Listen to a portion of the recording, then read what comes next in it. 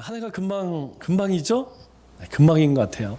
우리 새해 송구영신 예배 드린 것이 엊그저께 같은데 12월 벌써 마지막 2019년 마지막 예배죠.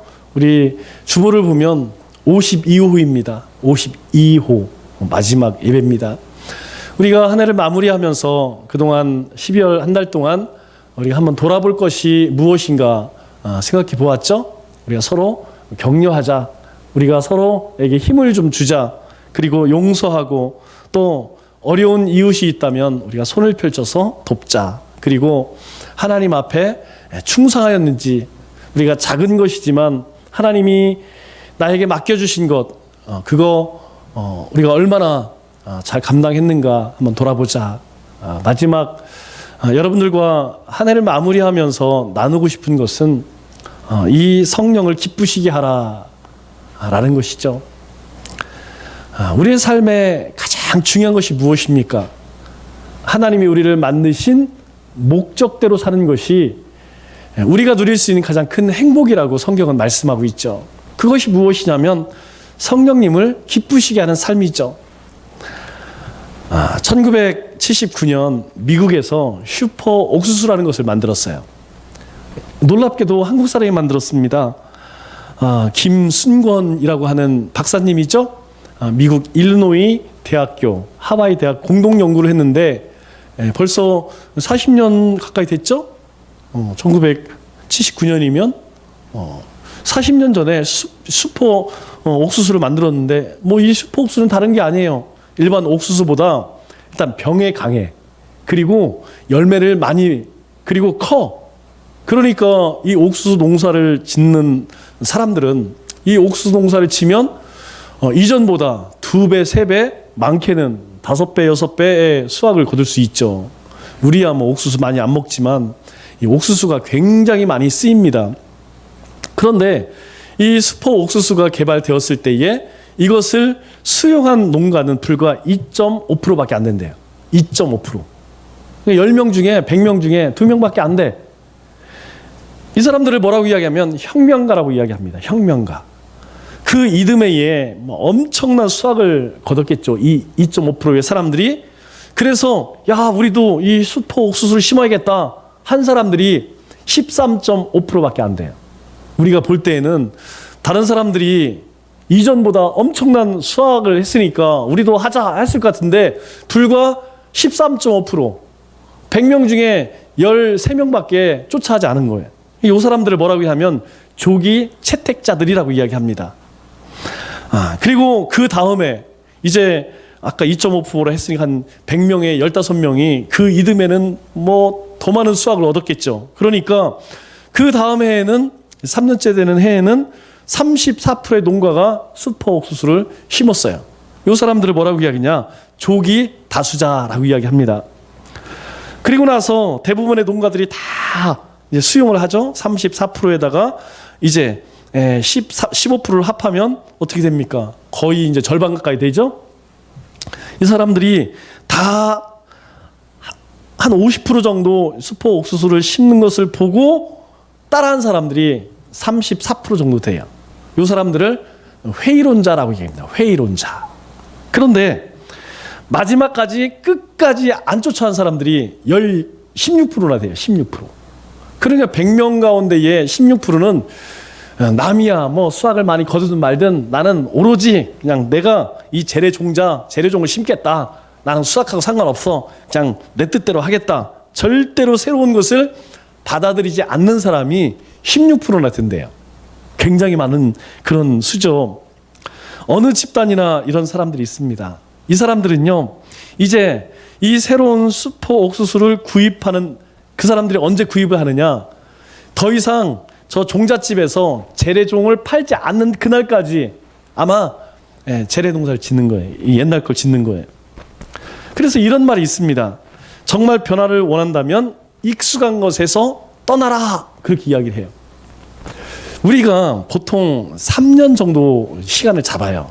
3년 정도 이제 하루에 8시간씩 또는 좀 더 시간을 들이면 이제 1만 시간의 법칙이라는 게 돼요. 전문가가 된다는 것이죠. 우리가 신앙에도 전문가가 되기 위해서는 간단합니다. 일반 시간 드리면 돼요.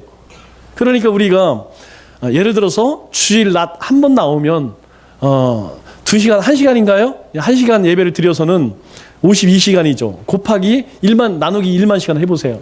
그러면 죽는 날까지 신앙의 전문가가 절대 안 된다는 거예요. 그런데 오후 예배까지 드리게 되면 그 수가 2배가 되겠죠. 거기에다가 수요 영성 예배까지 나오면 더 빨라지겠죠. 새벽 예배까지 나온다. 더 빨라지겠죠. 거기에다가 내가 매일 큐티를 하고 성경 읽는다라고 하면 더 빨라지겠죠. 그래서 적어도 우리가 하루에 2시간 내지 또는 3시간, 4시간 정도 하나님을 만나는 그런 시간이 있어진다면 3년은 되지 않겠지만 적어도 5년, 6년이 되면 신앙의 전문가가 돼요. 신앙의 전문가가 된다는 건 뭐냐면 하나님의 음성을 듣고 순종할 수 있는 사람이 된다는 거예요. 그러니까 우리가 그게 잘 안 되잖아요. 우리가 말씀을 들을 때 이 말씀 도대체 무슨 말인지, 또 우리가 순종이 잘 안 되고 하나님의 역사들이 잘 일어나지 않는 이유는 아직 그 분야에 우리가 전문가가 되지 않아서 그렇다는 거예요. 그러려면 어떻게 되느냐? 익숙한 곳에서 빨리 떠나야 된다는 겁니다. 우리 익숙한 게 뭐예요? 서면 앉고 싶고, 앉으면 눕고 싶고, 누우면 자고 싶은 거. 요거예요, 요거에서 우리가 빨리 떠나면 우리가 새로운 변화를 가질 수 있다. 그렇게 이야기하죠. 그래서 여러분이 현재와 다른 뭔가 탁월한 인생을 살기를 원한다면 지금 바꿔야 할, 또 지금 버려야 할 익숙한 것에서 빨리 떠나야 됩니다. 떠나기 위해서는 우리가 한번 돌아봐야겠죠. 그래서 연말은 굉장히 중요한 거예요.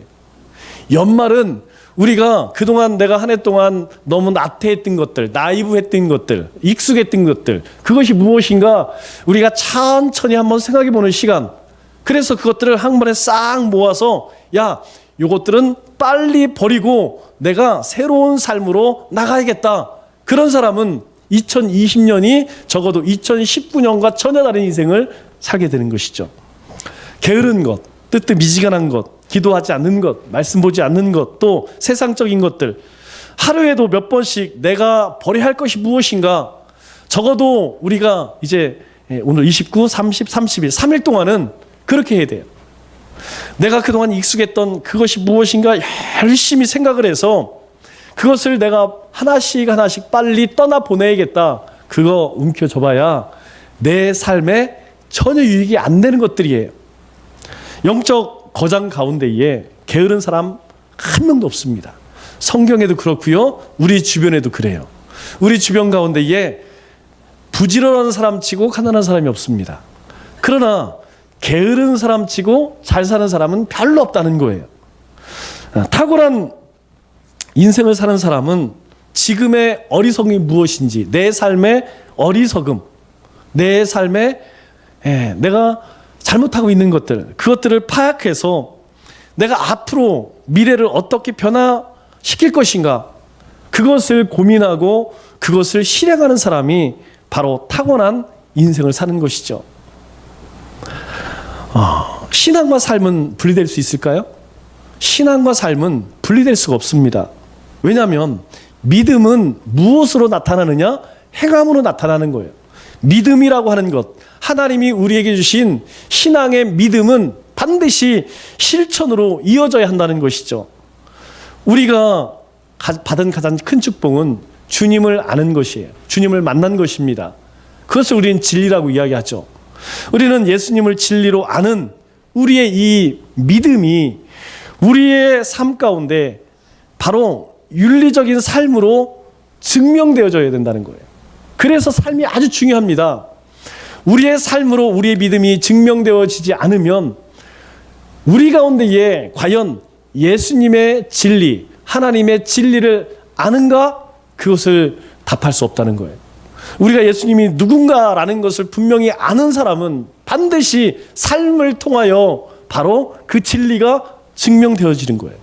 그래서 신앙은요, 다른 게 아닙니다. 저는 그 말이 정답이라고 생각해요.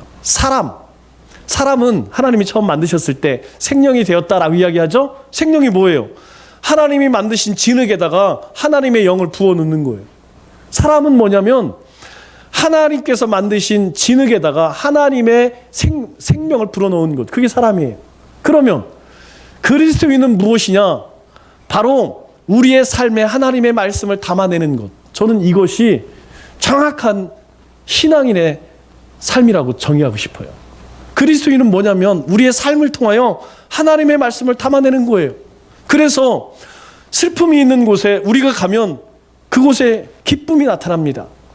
고통이 있는 곳에, 좌절이 있는 곳에 그리스도인이 가면, 왜? 우리 안에 하나님의 말씀이 있기 때문에 우리가 가면 그곳에 소망이 생기는 거예요. 희망이 생기는 겁니다.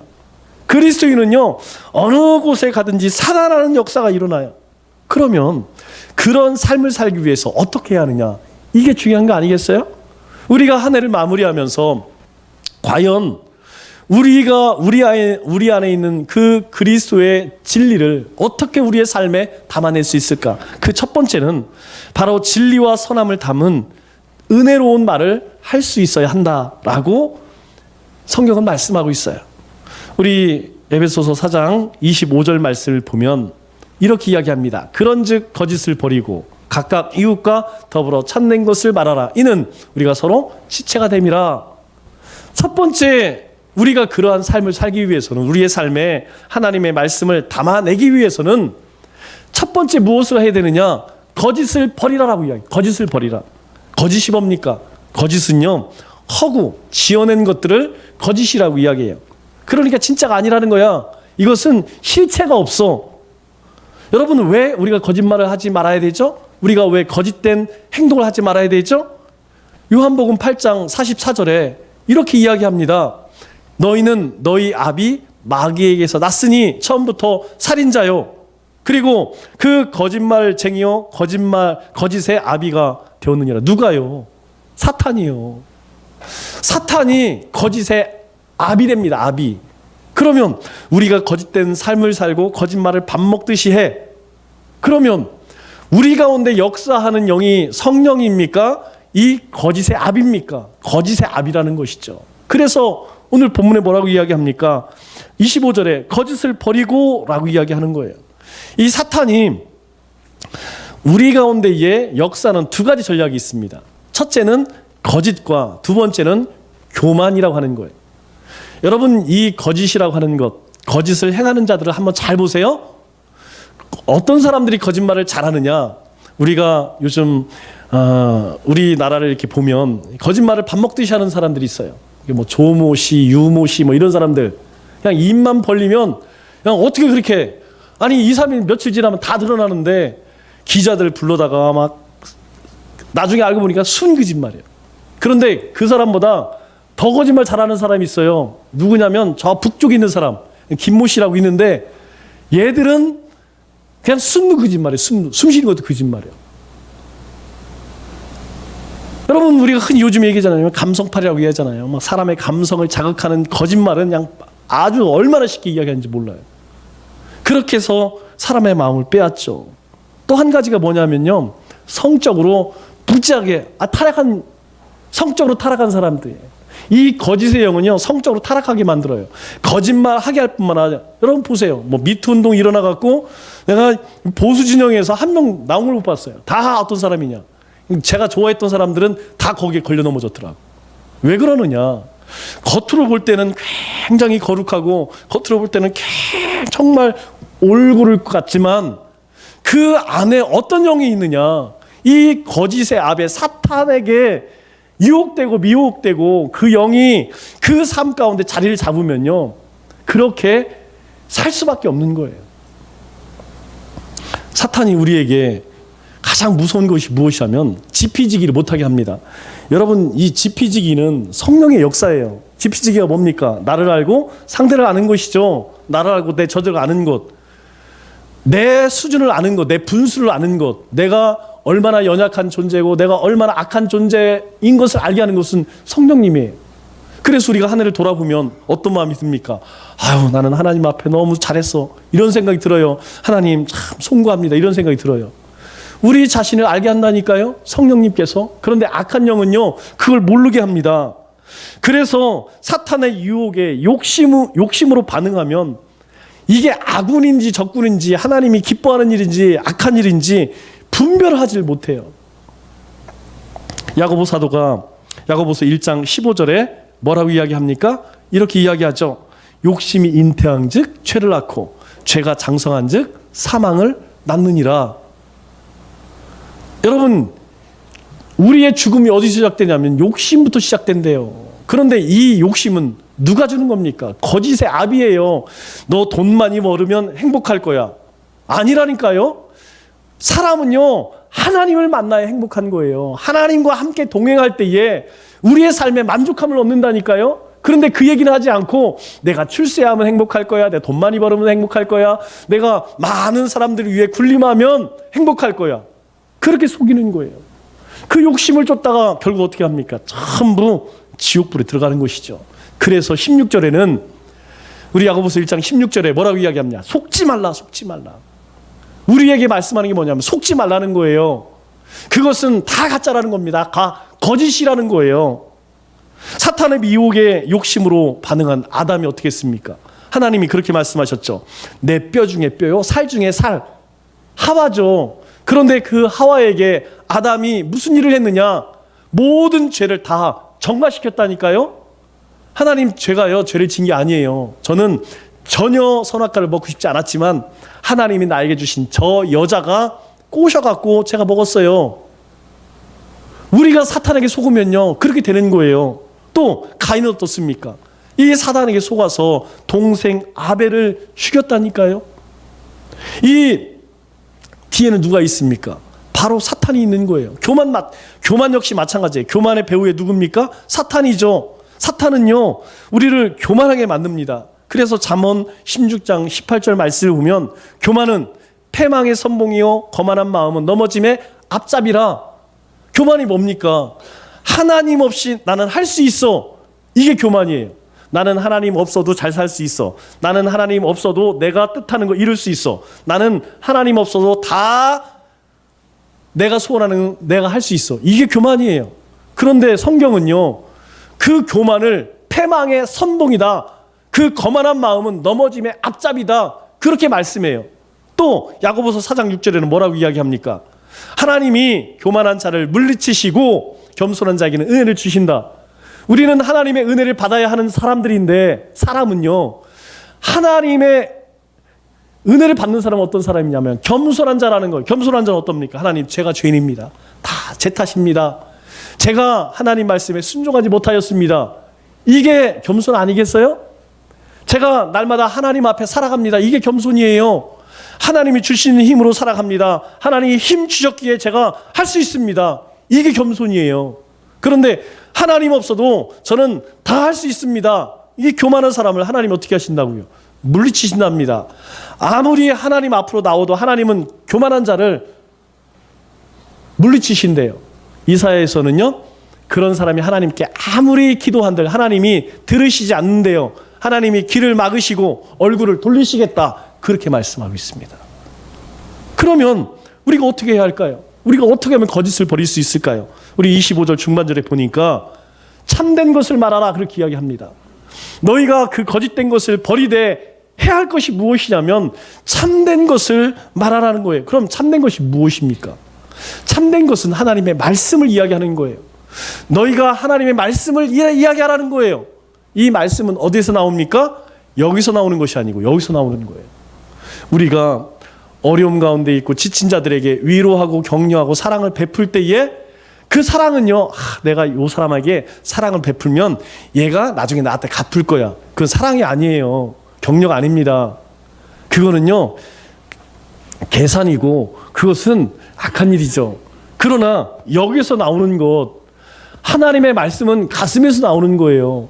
여기서 나오는 것으로 위로하고 격려하고 품어주면요, 그 사람 살아난다니까요. 일어선다니까요.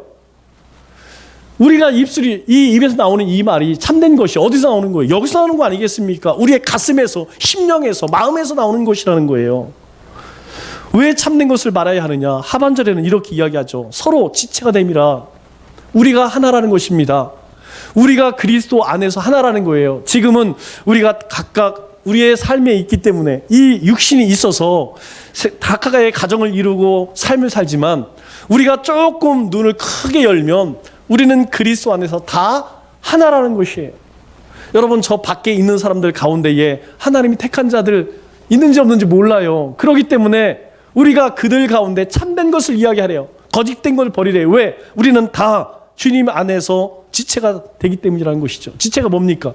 팔다리 이야기하는 게 아니에요? 우리가 이 팔이 튼튼해도 다리가 불편하면요, 몸은 괴로운 거예요. 주님이 그러시다는 거예요. 우리가 다 주님의 지체이기 때문에 나는 행복하더라도 저 사람이 고통스러우면 주님은 괴로우시다는 거예요. 왜 주님의 그 마음을 모르냐는 거죠. 그래서 우리에게 너희가 그 거짓된 것을 버리고 어떻게 하라고요? 우리 29절의 말씀에는 이렇게 이야기를 합니다. 너희가 29절 말씀에는 은혜를 끼치라 라고 이야기해요. 덕을 세우고 너희가 선한 말을 하며 은혜를 끼치라. 왜 더러운 것을 버려야 하느냐? 다른 게 아니에요. 왜 거짓된 것을 버려야 되느냐? 우리의 삶을 통하여서 우리가 모든 사람들, 듣는 모든 사람들에게 은혜를 끼칠 수 있기 때문이라는 것이죠. 지난주 은혜에 대해서 이야기했죠. 은혜는 아무 받을 자격 없는 사람들에게 하나님이 거저주시는 호의라고 이야기했어요. 그런데 하나님이 우리에게 은혜를 베푸셔서 우리도 그 은혜를 나눌 수 있어요. 내가 은혜가 충만하면 그 은혜를 다른 사람들에게 대가 없이 줄 수 있다는 거예요. 바로 너희가 그러한 삶을 무엇을 통해? 말을 통하여. 그래서 우리가 가장 먼저 진리와 선한 삶을 살기 위해서는 은혜로운 말을 할 수 있어야 한다는 것이죠. 두 번째로 26절, 27절 말씀을 보면 마귀에게 틈을 주지 말라 이렇게 이야기합니다. 마귀에게 틈을 주지 말라. 부르심에 합당한 삶을 살아가는 성도는 악한 일을 부추기는 마귀의 역사를 항상 조심해야 돼요. 여러분들이 지피지기 우리가 나를 알고 상대방을 알 때에 우리 신앙을 넘어뜨리고 좌절케 하는 세 가지가 있다는 것을 여러분 마음판에 새겨두셔야 돼요. 첫째는 무엇이냐면 세상 것입니다. 세상 것은 세상이 주는 즐거움이 있어요. 여러분, 세상 사람들이 이 정신이 나가서 저렇게 놀고 먹고 하시는 게 아니에요. 그 속에 들어가잖아요. 재미가 있어요. 같이 모여서 악담을 하고 뒷담화를 하고 술을 마시고 나쁜 짓을 하잖아요. 그럼 우리가 볼 때에는 참 괴로울 텐데가 아니라니까요. 그렇게 사람들이 모여서 악한 일을 하면서 그걸 즐겨요. 즐거워요. 여러분, 세상 모임 가보세요. 얼마나 재밌는지 몰라요. 우리는 처음엔 거부감을 갖지만 내가 한 번, 두 번, 세 번 그 사람들을 가까워지잖아요. 나도 모르는 사이에 세상 것에 즐기게 된다니까. 이거 조심해야 된다는 거예요. 우리 취미 생활도 취미선에서 끝내야 돼요. 이 취미가 즐거움으로 바뀌는 순간 그 세상 것에 현하지 못합니다. 우리 다 좋아하는 게 있죠? 저도 운동하는 거 좋아해요. 또 뭐 여러 가지들이 있습니다. 그러나 취미 이상으로 그것에 들어가게 되면 세상 즐거움에 빠져서 주님은 멀리 할 수밖에 없어요. 조심해야 합니다. 두 번째가 무엇이냐면 죄의 속성이에요. 여러분, 이 죄의 속성은 마치 자석과 같습니다. 우리는 죄의 본성이 있죠? 그래서 이 악한 것을 보면 우리는 그것을 욕하며 따라해요. 예전에 그런 말이 있습니다. 악한 시어머니 보고 어떻게 한다고요? 배워요. 나는 저렇게 하지 마야지. 그렇게 시어머니에 대해서 나는 절대로 하지 마야지. 그런데 자기가 며느리 없고 자기도 그렇게 하고 있어. 왜 그러냐면요, 우리 안에는 악한 본성이 있어서 악한 것들은 나도 모르게 배우게 돼요. 그걸 습득합니다. 그래서 그것이 우리가 하는데 숨어 있다가 마치 자석처럼 같은 우리가 N극 S극이 만나면 어떻게 해요? 막 서로를 땡기죠? 그것처럼 나도 모르게 쫓아간다는 거예요. 그것을 알아야 돼요. 우리는 선한 존재가 아니라는 거예요. 우리 안에는 이 악한 본성이 있기 때문에 내가 언제 하나님 말씀을 놓치는 순간 바로 자석처럼 달려가게 된다는 거예요. 마지막으로 사탄의 역사라는 거예요. 이거 조심해야 합니다. 오늘 사도 바울이 두 번째로 이야기하는 것이 무엇이냐면 바로 너희가 성령을 기뻐하시는 삶, 하나님의 부르심에 합당한 삶을 살기 위해서는 이 사탄에게, 마귀에게 틈을 주지 말라, 그렇게 이야기해요. 그러면 언제 마귀는 어떤 틈을 타고 성도를 넘어뜨릴까요? 이게 중요한 게 아니겠어요? 자, 26절 볼까요? 26절 말씀을 보니까 분을 내어도 죄를 짓지 말며 이렇게 이야기해요. 그리고 해가 지도록 분을 품지 말고 라고 이야기해요. 이 말이 뭡니까? 마귀가 우리 가운데 틈탈 때는 언제냐? 바로 분을 낼 때라는 거예요. 분 낼 때. 불처럼 막 분을 낼 때, 그리고 해가 지도록 그 분을 사귀지 아니하고 그 해가 지도록 분을 품고 내가 언젠가는 이거 막 복수할 거야. 내가 이거 언젠가는 꼭 내가 갚아줄 거야. 그렇게 이를 바득바득 갈면 그 틈으로 사탄이 역사한다는 거예요. 그러면 우리가 왜 분을 품을까요? 여러분이 언제 화납니까? 언제 화나긴 언제 화나요? 내 생각대로 안 되면 화나는 거지. 내 뜻대로 안 되면 화나잖아요. 화나는 이유는 딱 그겁니다. 내 뜻대로 내 생각대로 안 내면 분나게 돼 있어요. 그리고 그 분이 안 풀리면 해가 질도록 이를 바득바득 가게 되는 거예요. 그러나 내 생각이 아니라 하나님의 생각, 하나님의 뜻, 말씀을 쫓아가면 불이 날까요? 안 날까요? 불이 났다가도 하나님께서 그렇게 말씀하셨으니까 우리는 그 분을 사귈 수 있는 거예요. 그러니까 결국은 무엇이냐? 하나님의 말씀이 없으면 불이 나는 거예요. 왜? 내 뜻이 관철이 안 되니까, 내 생각대로 안 되니까. 그게 내 가정이든 내 삶의 터전이든 주님의 교회이든 내 생각대로 돼야 되는데, 내 뜻대로 돼야 되는데 안 되니까 불이 나는 거예요. 그래서 사사기 21장 25절에 뭐라고 이야기합니까? 그때에 이스라엘 왕이 없으므로 모든 사람들이 각기 자기 소견대로 옳은 대로 행하였다. 모든 사람들이 다 자기 뜻대로 해. 왜? 왕이 없으므로. 왕은 누구를 얘기합니까? 왕이 누구예요? 하나님이죠. 하나님의 말씀이죠. 이스라엘 백성들 가운데에 바로 이 사사시대 그때에 하나님의 말씀을 쫓지 않으니까 모든 사람들이 자기 생각이 옳다고 전부 쫓아가. 그러니까 어떻게 해요? 모든 사람들이 다 분노하는 사람이 되는 거예요. 분을 품는 거예요. 그러니까 세상이 각박해지죠.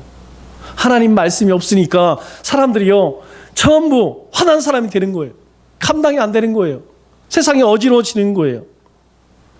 왜 해가 지도록 분을 품지 말라고 이야기합니까? 하나님의 말씀이 없으니까 자기 생각을 뛰어넘지를 못해요. 하나님의 마음도 또 하나님의 백성으로서의 사명도 다 잃어버렸기 때문에 그냥 자기 생각을 쫓아 살아가는 거예요. 이 사사기 21장 말씀을 보면 이스라엘의 왕이 없으므로, 원래 하나님의 백성들의 왕은 하나님이십니다. 그리스도인의 왕은 하나님이시에요. 그런데 내가 왕이 되는 거예요. 내가. 왜? 하나님을 왕으로 여기지 않으니까, 하나님의 말씀을 쫓아 살지 않으니까 내가 왕이 되는 거예요.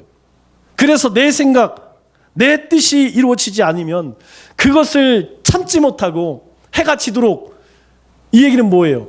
그 마음을 사귀지 않는다는 거예요. 끝까지 주장한다는 거예요. 결코 남을 용서하거나 용납하지 않는다는 것을 이야기하는 것이죠. 그러므로 우리가 마귀의 이 올무가 될 수 있는 분노의 불길을 잘 잡을 수 있어야 돼요.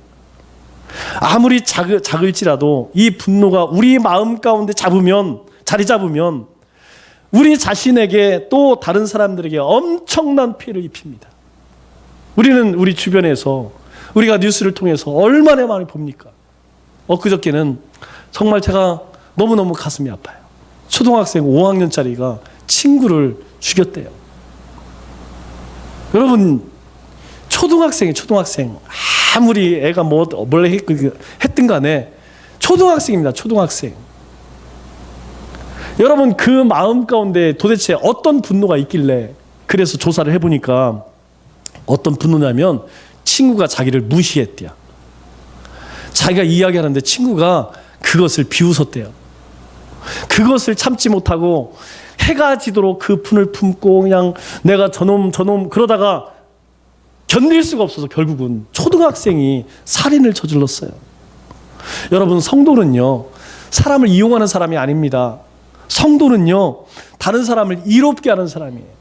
우리는 이기주의가 아니라 우리는 이타주의예요.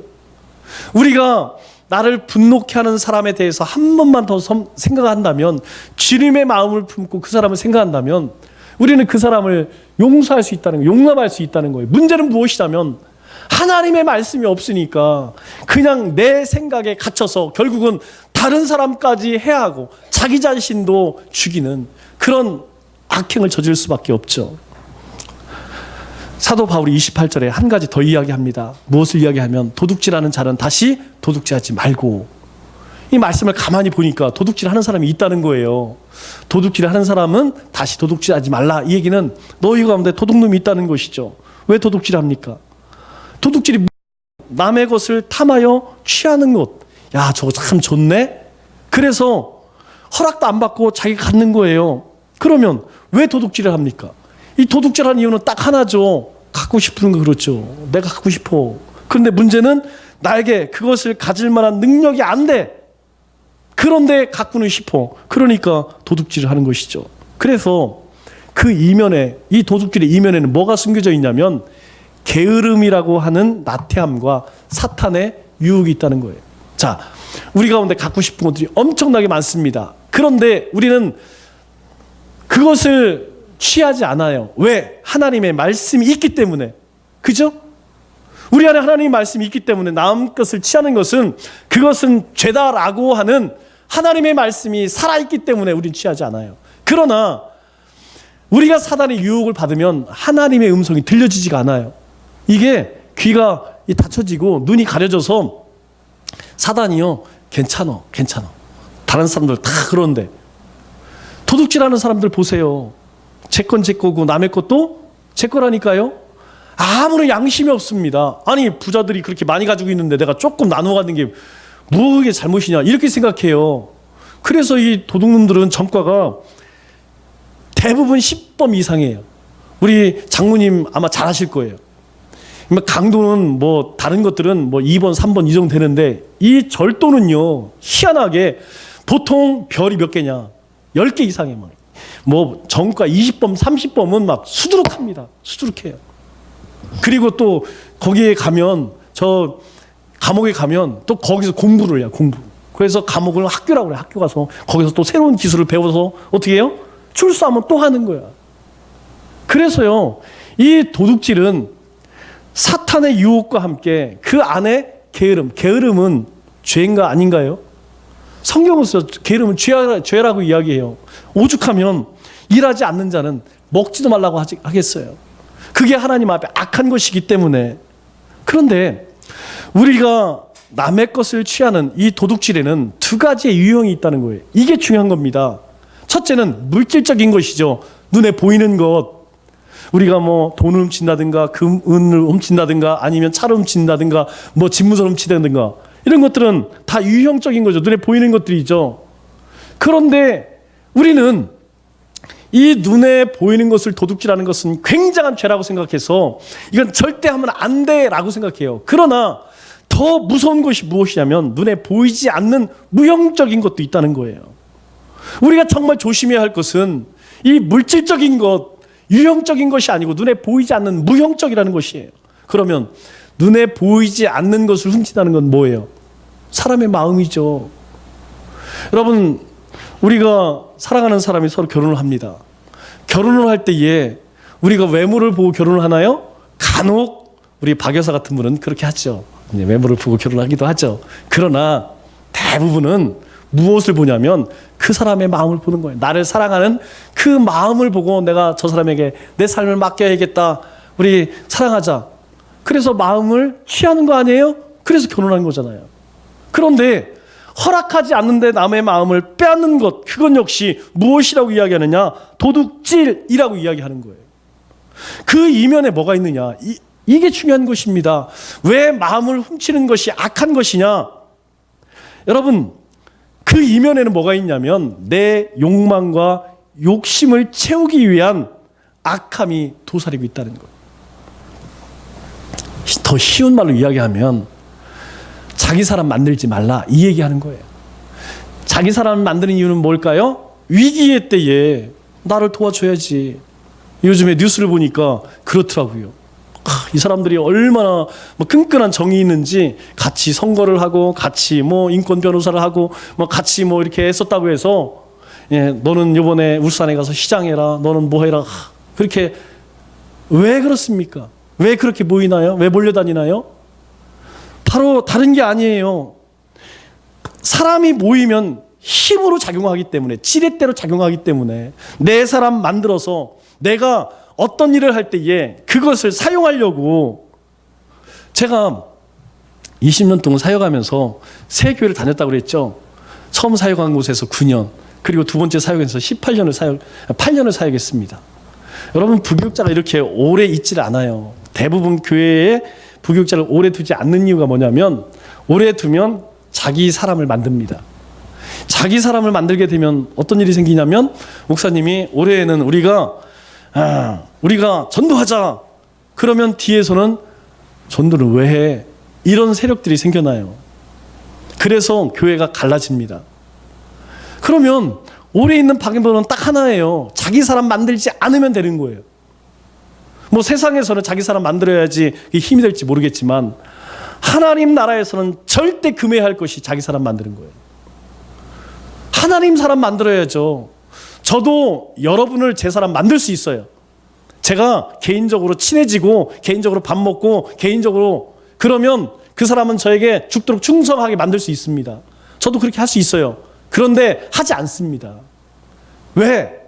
그것은 악한 일이에요. 그것은 사람의 마음을 뺏는 도둑질이라는 거예요. 그 사람이 어떻게든지 그 마음이 중심이 하나님을 향하게 만들어서 하나님의 사람 되게 해야지, 내 사람 만들어서 내가 목회하는데 나 필요할 때에 내 필요 채워주는 그런 사람 만들어서 안 된다는 거예요. 제가 왜 여러분들에게 사조직 따로 만나지 마라, 여러분 다른 의도가 있는 게 아니에요. 여러분 믿음의 교제 나누는 것은 얼마든지 하세요. 같이 모여서 같이 기도하고 은혜 나누고 그런 모임은 얼마든지 하세요. 그것은 얼마든지 밀어줍니다. 그러나 사적인 모임 만들면 99%는 그 안에 어떤 문제가 생기느냐, 자기 사람들이 만들어지는 거예요. 자기 세력이 만들어지는 거예요. 그래서 위기가 찾아오면 자기 뜻을 관철시키기 위해서 그 사람들을 동원한다니까요. 성경은 그걸 뭐라고 이야기하면 도둑질이다라고 이야기해요. 그래서 로마서 12장 2절에 성경은 우리에게 뭐라고 이야기하면 이렇게 이야기합니다.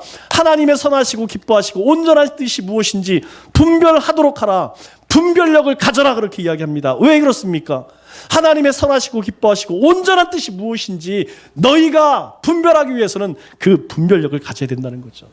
분별력이 없으면 어떻게 됩니까? 바로 그런 악한 의도를 가지고 나에게 다가오는 사람에게 내 마음을 빼앗겨 버리는 거예요.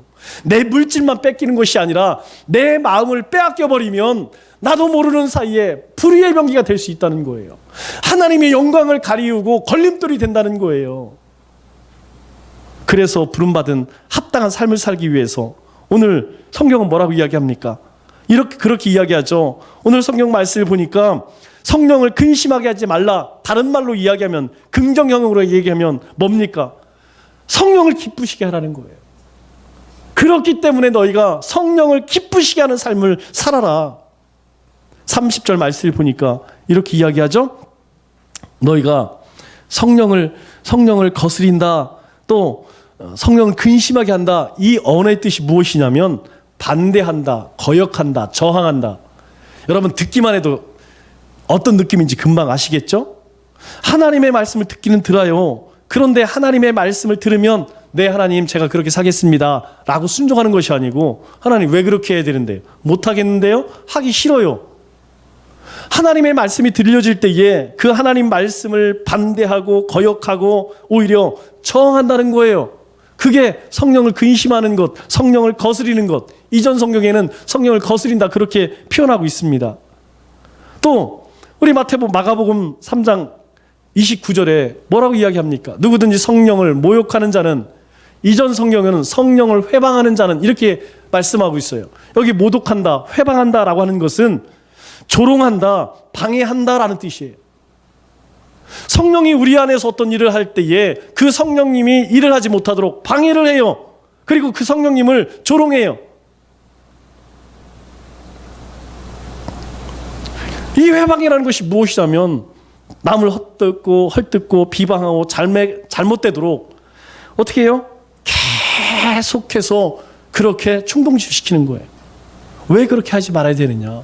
30절 말씀 볼까요? 그 안에가 어디예요? 그리스도 안에서 너희가 구원의 날까지 인치심을 받았느니라. 이 말씀이 중요한 거예요. 구원의 날까지 인치심을 받았다. 우리가 무엇으로 인치심을 받았습니까? 예수 그리스도의 보혈로 인치심을 받은 자예요. 우리는 구원받은 자라는 거예요. 우리는 구원받은 하나님의 백성이기 때문에 성령님을 근심하게 하지 말고, 성령님을 회방하지 말고, 성령님을 거스리지 말고 성령님을 기쁘시게 하라. 그렇게 하기 위해서 31절에 너희가 몇 가지 버려야 할 것들을 이야기합니다. 악독과 노함과 분냄과 떠드는 것과 비방하는 것, 그것을 악한 의도와 함께 버려라. 그렇게 이야기해요. 악의가 뭡니까? 악한 생각, 악한 말, 악한 행위를 얘기하죠. 그것과 함께 노함과 분냄과 떠드는과 비방, 이것을 버리라는 거예요. 왜 그렇게 이야기합니까? 32절 말씀을 보니까 서로 친절하게 하며 불쌍히 여기며 서로 용서하기를 어떻게? 주님께서 너희에게 행한 것 같이 하라. 주님이 우리에게 그렇게 하셨대요. 하나님께서 예수님을 통해서 우리에게 그렇게 하셨대요. 그러니까 너희도 그렇게 해라. 성령을 근심하게 하지 말고 성령을 기쁘시게 하라. 그것이 하나님께서 우리 가운데 행하신 거라는 거예요. 너희도 그렇게 했으면 좋겠다. 말씀을 맺도록 하겠습니다. 행함이 없는 믿음은 뭐라고 이야기하죠? 행함이 없는 믿음은 죽은 믿음이다.